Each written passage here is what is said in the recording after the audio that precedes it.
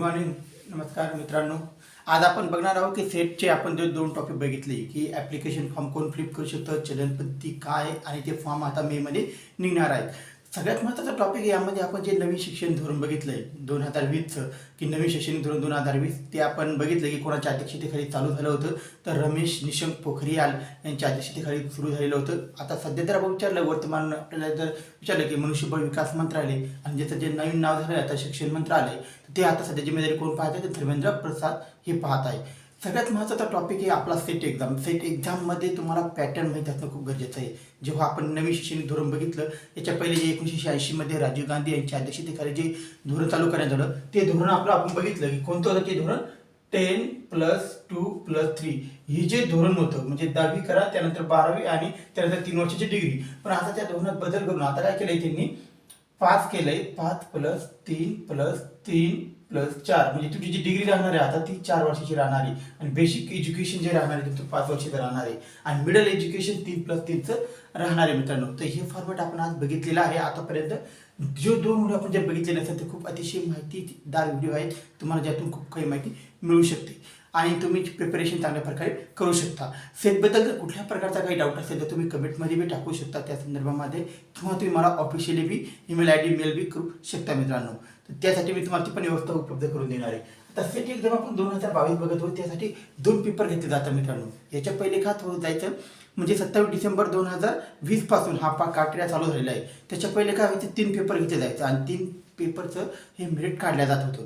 आता काय झालं त्यांनी फक्त 2 पेपर ठेवले. पेपर 1 तुमचा 100 मार्काचा राहणार आहे आणि पेपर 2 हा जो आहे तुमचा 200 गुणांचा राहणार आहे मित्रांनो. यामध्ये काय झालं पेपर एक हा एक कॉमन फॅक्ट आहे. यामध्ये तुम्हाला विविध प्रकारचे क्वेश्चन हे कॉमन क्वेश्चन विचारले जाणार आहे आणि पेपर 2 जो आहे तो स्पेशलायझेशन ज्यामध्ये तुम्ही PG केले पोस्ट ग्रॅज्युएशन ज्यामध्ये केलेलं आहे त्याच्यामध्ये तुम्हाला पर्टिक्युलर सब्जेक्टमध्ये तुम्हाला सेटला फॉर्म फ्लिप करायचा आहे आणि त्याच्यामधूनच तुम्हाला तो पेपर द्यायचा आहे. समजा तुम्ही जर पेपरला जर जिओग्राफी घेतला आहे तर तुम्हाला सेट एक्झामसाठी सुद्धा तुम्हाला जिओग्राफीच सिलेक्ट करावं लागेल आणि आता तुमचा जो पेपर आहे तो ग्राह्य धरला जाणार नाही आणि आता तुमची जे सेट एक्झाम आहे ती ग्राह्य धरले जाणार नाही मित्रांनो. आता आपण त्याच्यामध्ये बघूया की पेपर 1 आता आपण सगळ्यात महत्त्वाचं म्हणजे काय जे काही टॉपिक आहे आपल्याकडे 32 सब्जेक्ट दिलेले आहे सेट अंतर्गत त्या 32 सब्जेक्टसाठी पेपर 1 हा समान राहणार आहे. म्हणजे पेपर 1ची जी थिअरी राहणार आहे जी कम्युनिकेशन राहणार आहे जे रायटिंग स्किल राहणार आहे जी तुमची आकलन क्षमता राहणार आहे ती सेम प्रकारे पातळी असणार आहे मित्रांनो. म्हणजे पेपर 1 मध्ये कुठल्या प्रकारचा बदल झालेला नाही. आता यामध्ये सर्वात महत्त्वाचा टॉपिक काय आहे पेपर 1. आता पेपर 2चा मी तुम्हाला सांगितलं की स्पेशलायझेशन सब्जेक्टमध्ये राहणार आहे पेपर 2. तर पेपर 2 बद्दल आपण नंतर चर्चा करूया. आता पेपर 1चं बघूया. तर बऱ्याच मुलं अशी आहे की ज्यांना पेपर 1चा सिलेबस माहीत नसतो जेणेकरून ते चांगल्या प्रकारची तयारी करू शकत नाही मित्रांनो. औपचारिक इन्फॉर्मेशन दिल्या जाते की अशा प्रकारचा एक्झाम घेणार आहे. त्यासाठी काय करतात सेट एक्झाम समजा सेट एक्झाम 1 मंथ पुढे आहे तर त्यावेळेस काय करतं पुणे युनिव्हर्सिटी ही जी एक्झाम कंडक्ट करते ती एक सेमिनार ऑर्गनाईज करते. आता सेमिनार ऑर्गनाईज करताना ते फक्त फिजिकली नाही तर ती ऑनलाईनली पण ऑर्गनाईज करतात. त्यांचं जे ऑफिशियल ट्विटर हँडल आहे त्याच्यावरून हे इन्फॉर्मेशन शेअर केल्या जाते. त्यासाठी एक फेसबुक पेज पण आहे त्यांचं लाईव्ह फेसबुक पेज. त्यावरून तिने जो काटेला त्यांनी ऑर्गनाईज केला आहे की कोणकोणते सब्जेक्ट तुम्हाला यामध्ये दिले जाणार आहे कोणकोणत्या सब्जेक्टवरती हा एक्झाम तुमचा घेतला जाणार आहे याची संपूर्ण तयारी आणि संपूर्ण माहिती ही त्यांच्या ऑफिशियली पेजवरून विचारली जाते किंवा सांगितली जाते. त्याला चर्चासत्र किंवा कार्यशाळा असं म्हटलं जातं मित्रांनो. त्याबद्दलही तुम्हाला मी ऑफिशियल इन्फॉर्मेशन जेव्हा ती चर्चासत्र ऑर्गनाईज केल्या जाईल त्यावेळी तुम्हाला ती माहिती पुरवल्या जाईल मित्रांनो. आता आपल्याला बघायचं की पेपर 1 आता पेपर 1 मध्ये कोणकोणते टॉपिक आहे ही पण माहीत असणं खूप गरजेचं आहे. त्याच्यानंतर तुम्हाला ती प्रिपरेशन करणं सोपं जाईल. आता पेपर 1 हा स्कोरिंग सब्जेक्ट आहे मित्रांनो. ज्याचं थोडीही आकर्षण क्षमता चांगली आहे तो मित्र यामध्ये 100% स्कोरिंग करू शकतो. आता जसं आपण बघणार आहे की पहिला जो टॉपिक याच्यामध्ये येतो की कारण की हे जे एक्झाम आहे ते असिस्टंट प्रोफेसर सहाय्यक प्राध्यापक पद म्हणजे तुमची जी बुद्धिमत्ता आहे ती खूप चांगल्या स्वरूपाची आहे. तुम्ही जी एज्युकेशन क्षमता आतापर्यंत ग्रहण केलेली आहे ती क्षमता कशा प्रकारे तुम्ही प्रूव्ह करता येईल ही सेटच्या माध्यमातून तुम्हाला तपासल्या जातं मित्रांनो. आता त्यांनी सगळ्यात पहिला जो टॉपिक दिला आहे पेपर 1 मध्ये दिला आहे टीचिंग ॲप्टिट्यूड म्हणजे तुमची जी शिकवण्याची क्षमता आहे. तुम्ही एक सहाय्यक प्राध्यापक आहे तुम्ही एक लेक्चरर आहे तुम्हाला कुठल्या प्रकारचे एक्सप्लेशन्स नाही आहे तुम्हाला जे आहे ते तुम्हाला स्पीकिंग ऑफ करणं आहे आणि मुलांची आहे त्यांची ग्रहण क्षमता ही चांगल्या स्वरूपाची आहे असं ग्राह्य धरून हे प्राध्यापक पद टीचिंग करत असतात मित्रांनो. यामध्ये प्रत्येक जे सब्जेक्ट आहे तुम्हाला रायटिंग केले जात नाही, तर तुम्हाला ते ऑफिशियली ॲज अ लेक्चरर म्हणजे फक्त बोलून समजावण्याचा प्रयत्न केला जातो. आता यामध्ये काय असतं, विविध प्रकारचे क्वेश्चन तुम्हाला यामध्ये विचारले जातात मित्रांनो. आता शिकवण्याच्या क्षमतेमध्ये सगळ्यात महत्त्वाचा टॉपिक आहे. तुम्हाला असा प्रश्न विचारला जाऊ शकतो की 2 विद्यार्थी आहेत, ते वर्गात सारखा गोंधळ करत आहे, त्यांना वारंवार सांगून समजावल्या जात नाही किंवा ते समजण्याचा प्रयत्न करत नाही, तर अशा वेळेस तुमची भूमिका काय असेल.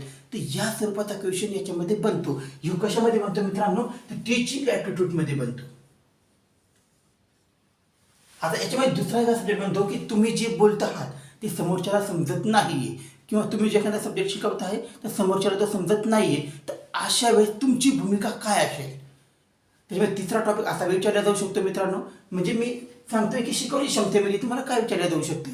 तिसरा जो महत्त्वाचा टॉपिक आहे, एखादा सब्जेक्ट आहे जो खूप अवघड आहे, म्हणजे तो सहजासहजी विद्यार्थ्यांना कळत नाहीये, तर अशा वेळेस तुम्ही तो विषय कशा प्रकारे सोपा करून सांगू शकता. तर अशा प्रकारची जी क्वेश्चन आहे ती टीचिंग ॲप्टिट्यूडमध्ये विचारले जातात. म्हणजे ज्यामध्ये तुम्ही स्वतः एक शिक्षक आहात, तुम्ही एक प्रोफेसर आहात, हे त्या प्रश्नामध्ये तुम्हाला स्वतः आत्मसात करावं लागतं आणि स्वतःला ते उत्तर तुम्हाला द्यावं लागतं मित्रांनो. तर हे खूप महत्त्वाचं आहे. शिकवण्याची कला तुमच्यामध्ये कितपत आहे हे चेक करण्यासाठी जो टॉपिक आहे त्यांनी पेपर 1 मध्ये ॲड केलं आहे, त्याला म्हणतात टीचिंग ॲप्टिट्यूड, म्हणजे शैक्षणिक शिकवण्याची कला किंवा शैक्षणिक योग्यता आपण असं त्याला म्हणू शकतो मित्रांनो. आता हा झाला पहिला टॉपिक. तर यावरती तुम्हाला टॉपिक दिलेला आहे, जवळपास 11 टॉपिक दिले मित्रांनो, आणि ह्या 11 टॉपिकवरती तुम्हाला क्वेश्चन विचारले जाणार आहे. आता दुसरा टॉपिक याच्यामध्ये काय, रिसर्च ॲप्टिट्यूड. तुम्हाला माहिती की ही जी पातळी आहे, सेट एक्झाम पातळी, ही हायर एज्युकेशन सिस्टममध्ये मोडते, म्हणजे उच्च शिक्षण प्रणालीमध्ये मोडते.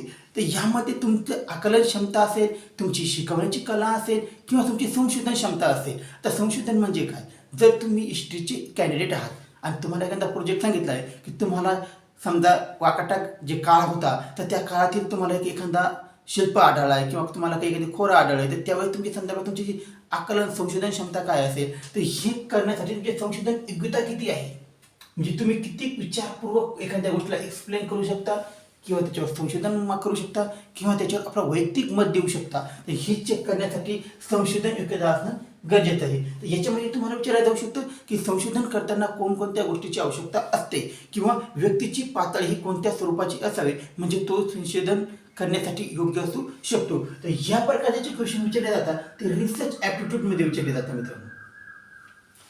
आता तिसरा जो टॉपिक आहे याच्यामध्ये तो आहे कंप्रेशन. आता कंप्रेशनचा जो टॉपिक आहे मित्रांनो, त्याला म्हणतात आकलन. त्याचा जे आपण मराठीत अर्थ बघितला कंप्रेशनचा, तो आहे आकलन. तुम्ही एखादा व्यक्ती तुम्हाला काही माहिती सांगतोय, तर ती तुम्ही किती प्रकारे किंवा किती चांगल्या प्रकारे आकलन करता. समजा जर तुम्हाला एखादा टॉपिक सांगितला गेला आहे वर्गामध्ये, किंवा अशा समजा एखादा नवीन शैक्षणिक कायदा आला आहे, तर नवीन शैक्षणिक कायद्यानुसार जे काही इन्फॉर्मेशन आपल्याला दिली गेली, त्यामध्ये 5+3+3+4 अशा प्रकारचा जो फॉर्म्युला दिला आहे, तर हा मुलांना कितपत समजला आहे, किंवा तुम्ही जे एक्सप्लेन करताय ते समोरचा किती आकलन करतोय. ते आकलन करताना तुम्हाला एक विद्यार्थी पण बनायचं आहे इथं. तर तुम्हाला एक विद्यार्थी सुद्धा बनायचं आहे, तुम्हाला एक शिक्षक पण बनायचं आहे, कारण की शिक्षक हा सर्व गुण संपन्न असला पाहिजे, असा ह्या सेट एक्झामचा उद्देश असतो. आणि तुम्ही जी पातळी आतापर्यंत पार केली आहे, म्हणजे 10+2+3+2, आता तुम्ही जे आहात ते पोस्ट PG केले, ग्रॅज्युएशन तर केलं आहे, पण पोस्ट ग्रॅज्युएशन केलं आहे, आणि स्पेसिफिक सब्जेक्टमध्ये केलं आहे. म्हणजे स्पेसिफिक सब्जेक्ट म्हणजे तुम्ही मास्टर आहात. आतापर्यंत जेवढा काही अनुभव तुमचा आहे तो तिथे आकलन म्हणजे कंप्रेशनमध्ये चेक केला जातो. म्हणजे ह्याच्यामधून तुमची आकलन क्षमता किंवा वैयक्तिक बुद्धिमत्ता ही याच्यामधून चेक केली जाते. आता तिसरा जो टॉपिक आहे याच्यामध्ये तो आहे कम्युनिकेशन. आता कम्युनिकेशनचा जो फॅक्ट आहे त्याला आपण संप्रेषण म्हणतो. तर संप्रेषण हे खूप महत्त्वाचं आहे. संप्रेषण हे 2 व्यक्तीच्या माध्यमातून होतं, हे कधी सिंगल डिजिट होत नाही. संप्रेषणाच्या काही पायऱ्या आहेत. तर संप्रेषण म्हणजे काय, द्विमार्गी प्रक्रिया आहे. आपण एखादा क्वेश्चन विचारू, जेव्हा समोरचा एखाद्या प्रश्नाचं उत्तर देतो, दोघांमध्ये चाललेला जो संवाद आहे त्याला आपण काय म्हणतो, संप्रेषण असं म्हणतो. तर मग त्यामध्ये संप्रेषणाच्या पायऱ्या आल्या, संप्रेषणाचे प्रकार आले, संप्रेषणाचे माध्यम आले. तर हे खूप महत्त्वाचा टॉपिक आहे. जेव्हा आपण डीपली शिकू त्यावेळेस आपण याला एक्सप्लेन करू, कारण की संप्रेषण हा रिसर्च ॲप्टिट्यूड, टीचिंग ॲप्टिट्यूड, त्याच्यानंतर तुम्हाला सांगितलं हायर एज्युकेशन सिस्टम, त्याच्यानंतर त्याच्यामध्ये आहे आकडेवारी विश्लेषण, तार्किक तर्क, यामध्ये संप्रेषणाचा खूप उपयोग होणार आहे. तर त्यामुळे हा जो टॉपिक आहे तो IMP म्हणून चला, यावरती 7 ते 8 क्वेश्चन सुद्धा विचारले जाऊ शकतात एक्झाममध्ये. आतापर्यंत त्या रेकॉर्ड 5 ते 6 क्वेश्चन विचारले गेले. सांगता येत नाही की 7 ते 8 क्वेश्चन विचारले जाऊ शकतात आणि एक क्वेश्चन जर 2 मार्कला असेल तर 16 मार्कच्या आसपास मार्क हा जो टॉपिक आहे तुम्हाला देऊ शकतो. कोणता? तर कम्प्रेशन. त्याच्यानंतरचा टॉपिक आहे आपल्याकडे मॅथमॅटिकल रिझनिंग अँड ॲप्टिट्यूड. आता हा जो टॉपिक आहे नेमका काय आहे? तुम्ही विविध स्पर्धा परीक्षा देता मित्रांनो. विविध स्पर्धा परीक्षा देत असताना तुमची एक मानसिक पातळी चेक केली जाते. त्याच्यामुळे तुम्हाला रिजनिंग हा टॉपिक टाकला जातो. त्याला म्हणतात तार्किक विश्लेषण.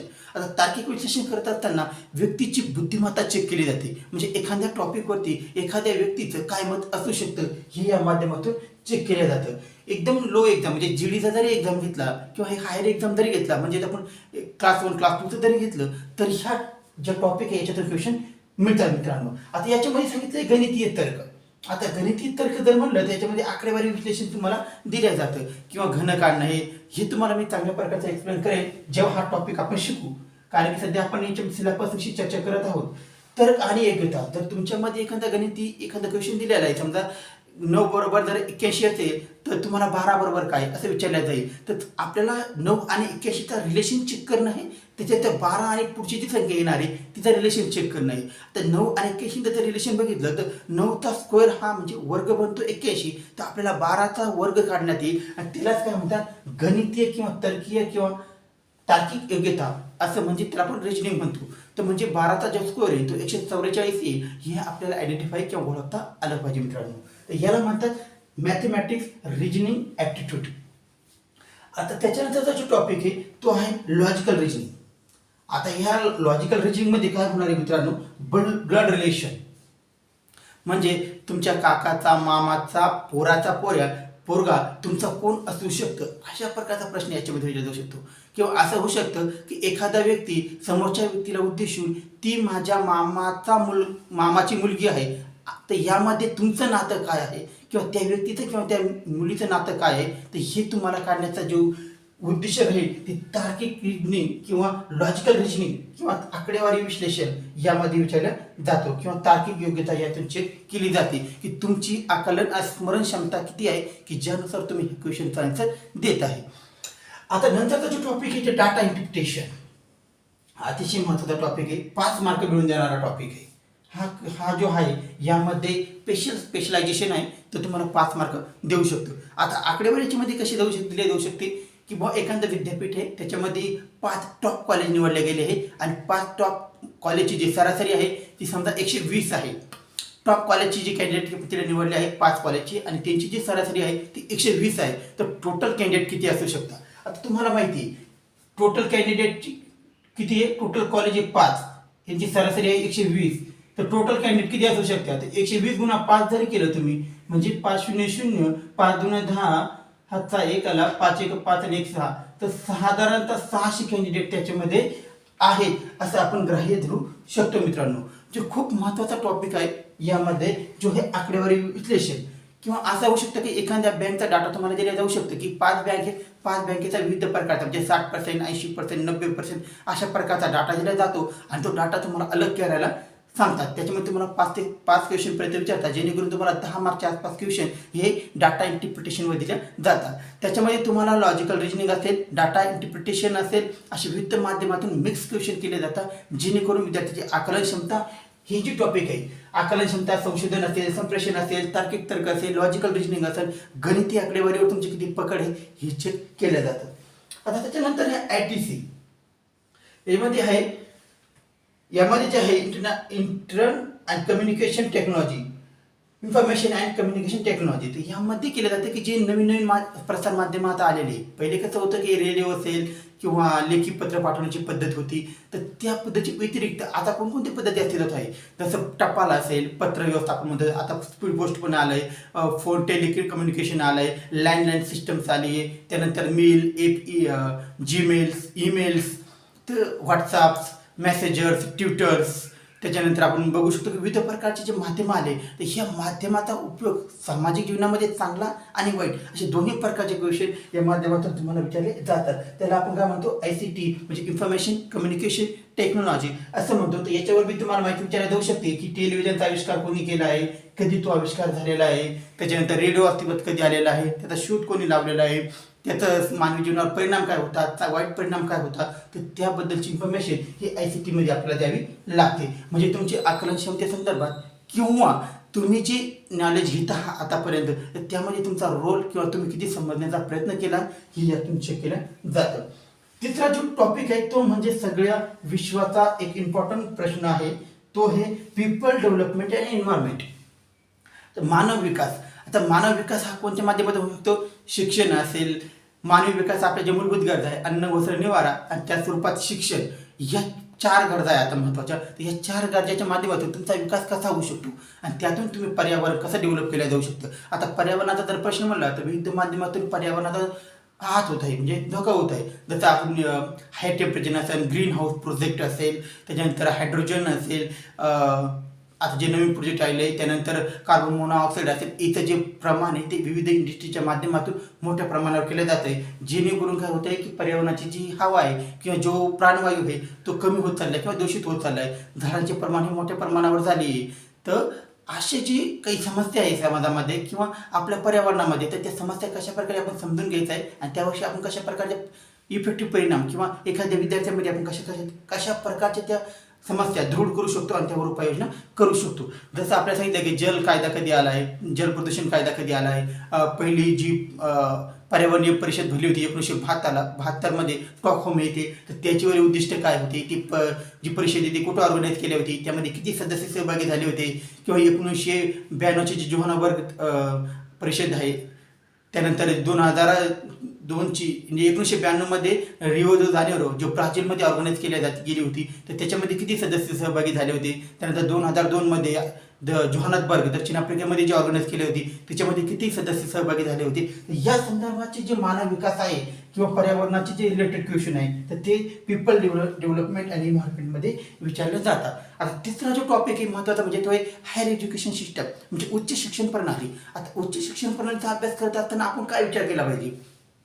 जसं आपण आता बघतोय की विविध प्रकारचे कम्युनिकेशन केले. आता मल्टिपल चॉईस सब्जेक्ट हा नवीन ॲक्टनुसार आलेला आहे, म्हणजे जो नवीन धोरण केंद्राने आखलं आहे किंवा जे शिक्षण मंत्रालयाने आखलं आहे, किंवा 5+3+3+4, तर यामध्ये काय झालं, जो लास्ट वर्षाची डिग्री राहणार आहे आपली, तर ती राहणार आहे 4 वर्षाची डिग्री. तर त्यामध्ये 3 टॉपिक केले त्यांनी. पहिल्या वर्षाला प्रमाणपत्र देणार, दुसऱ्या वर्षाला ते काय करणार की हे डिग्रीसाठी पात्र आहे असं करणार, आणि 4थ्या वर्षाला ते डिग्री देणार आहे. तर ही जी काही कम्युनिकेशन्स आहे, ही काही जी डिग्री डिप्लॉयमेंट आहे त्यांची, तर ह्याची जी माहिती आहे ती उच्च शिक्षण प्रणालीमध्ये येते. ह्यामध्ये PG असेल, JRFचा इश्यूज असेल, नवीन गव्हर्नमेंट ॲक्ट असेल, जे स्वातंत्र्यपूर्वीनंतर म्हणजे इंडिपेंडन्सच्या पहिले जे ॲक्ट केले गेले होते त्याची संदर्भात काही असेल, किंवा इंडिपेंडन्स नंतर भारत इंडिपेंडन्स नंतर जे काही ॲक्ट बनलेले आहे तर त्याच्याविषयी माहिती आयोग असेल, जे विविध प्रकारचे कम्युनिकेशन त्यावर बनवले गेले होते तर ते असेल. तर ह्या संदर्भाची सर्व माहिती आपल्याला हायर एज्युकेशन सिस्टममध्ये द्यायची आहे मित्रांनो. तो खूप महत्त्वाचा आहे. 11 टॉपिक हे आपले पेपर 1 मध्ये खूप चांगल्या प्रकारची तयारी आपण यामध्ये करून घेणार आहे मित्रांनो. खूप आसान, खूप सोपा आणि खूप साध्या भाषेमध्ये तुम्हाला सांगितलं जाईल की पेपर 1 का आहे. तर पेपरची जी रेंज आहे माझ्यावरी, म्हणजे माझ्या माहितीच तर 80 ते 90 मार्कापर्यंत, 100 पैकी 100 नाही पण 80 ते 90 मार्कापर्यंत तुम्ही यामध्ये मार्क मिळवू शकता. आणि जो पासिंग क्रायटेरिया आहे तो पेपर 1च्या जोरावरती तुम्ही चांगल्या स्वरूपात पार करू शकता मित्रांनो. जर त्याची आकलन क्षमता, वाचन क्षमता जर चांगल्या स्वरूपाची असेल तर पेपर 1 मध्ये स्कोरिंग करणं खूप सोपं आहे.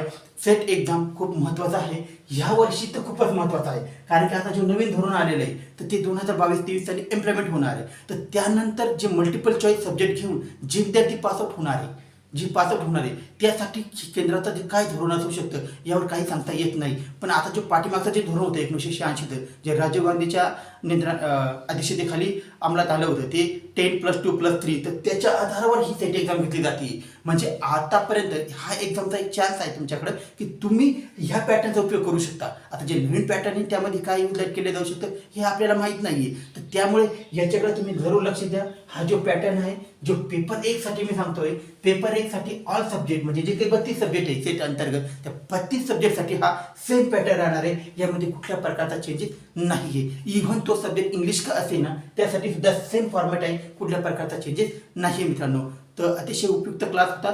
जो दुसरा क्लास येणार आहे, जर तुम्हाला ही इन्फॉर्मेशन चांगली वाटली तुमच्या फ्युचरसाठी जर काही चांगलं वाटत असेल आणि जर तुम्हाला माझा क्लास आवडत असेल तर ह्या क्लासला जॉईन करा, चॅनलला सबस्क्राईब करा, बेल आयकॉन जरूर दाबा. त्यामुळे काय होईल की आम्ही जी नवीन क्लास अपडेट करतोय 2022 साठी तर त्याची इन्फॉर्मेशन तुम्हाला मिळत राहील मित्रांनो. धन्यवाद. थँक्स.